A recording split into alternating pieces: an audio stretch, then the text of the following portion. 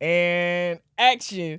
All right, what's up, y'all? It's your girl Malika checking in with another video. Okay, so today's episode, right? It's gonna be like a really dope discussion. Another solo episode. So today's topic is knowing your worth. So knowing your worth in business relationships and personal relationships and work environments.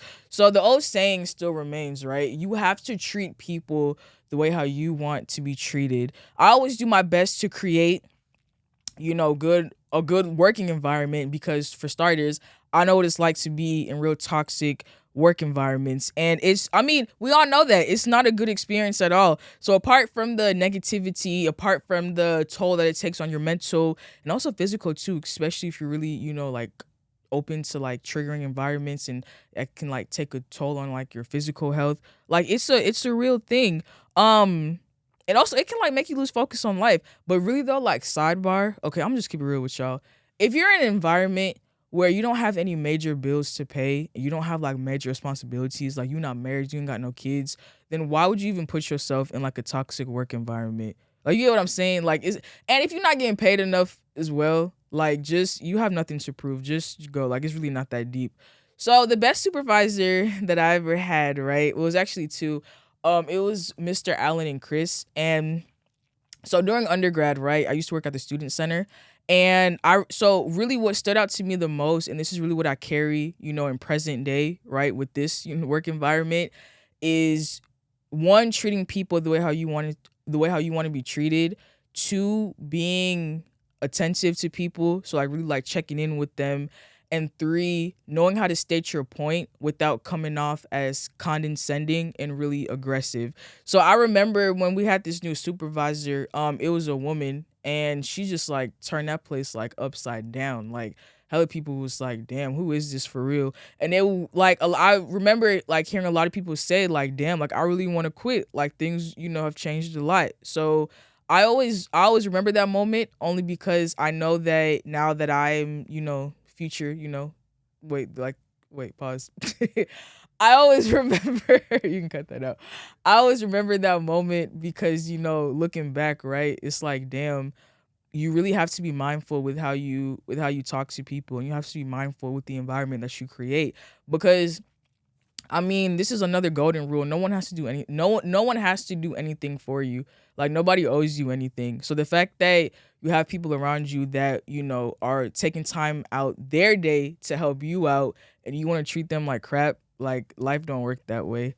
So y'all remember like that Ellen DeGeneres thing when like all her employees were coming out saying that she was like a really terrible boss.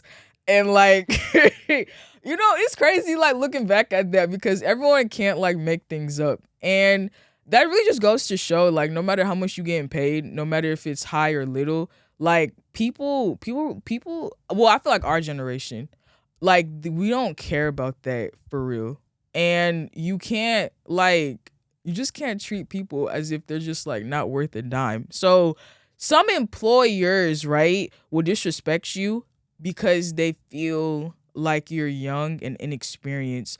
But don't just because you're young, right, and just because you may not have that much experience, that shouldn't like don't allow anyone to treat you as if you have like nothing to offer. And on top of that too, right? Let's say you get an opportunity like a internship, or maybe you're working under someone that's like really, I don't know, like big in the industry, no matter what industry, right? It could be tech, it could be music, it could be film, whatever, right? Don't think because they have like a high following, or because like hella people know them, that it's justifiable for them to treat you as if you're nothing. Like that, don't ever do that, because number one, right, I'm a firm believer that you have to set the tone with people. So if you don't set the tone, then they gonna set it for you, and that's not something that you want. So the moment that you feel someone's like trying to talk to you crazy, the moment that you feel some weird energy, you have to speak up. And if they try to gaslight you, they try to make it seem as if you're crazy, right? Don't even entertain that, because the moment that you let it slide the first time, it's just gonna keep on happening, and it's just gonna like drain you, take away from your mental, and yeah, you don't want that. So, oh, and then another like tip as well. So I forgot what law it is on the 48 laws of power, but basically it's like don't reveal too much about yourself. So if you're in a work environment, like let's say you're working in corporate, right? And your boss is like, "Hey, like what'd you do this weekend?" Just keep it short.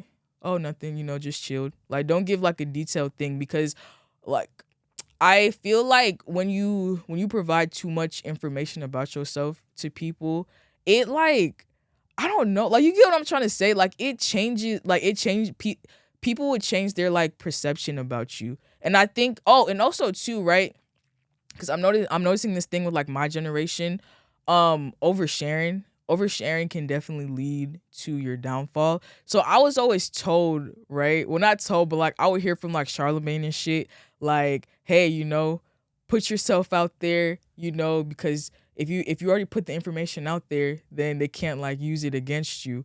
But I would kind of have to beg to differ. I feel like you should tell people things that like you don't care if it gets out. You get what I'm saying? But I think like real like, personal things, or even if it's not personal, it's just some things I feel like it shouldn't be shared because people will use that against you, and they will, I don't know, people are weird, but they will definitely like use that against you.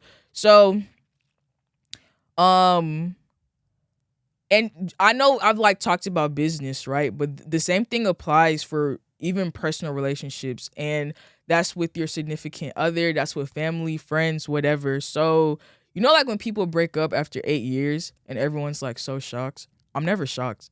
Or like there's like a really big friend group and then they go to like Miami or some shit and then they like they like stop talking. Like I'm never shocked with those things, and the only reason why is because people notice things. I feel like people notice things, but they just willingly choose to ignore them. And I feel like when you willingly choose to ignore certain signs, right? It like builds up internally to the point like when something happens, even if it is a minor thing, to you it's massive because you have like this built up.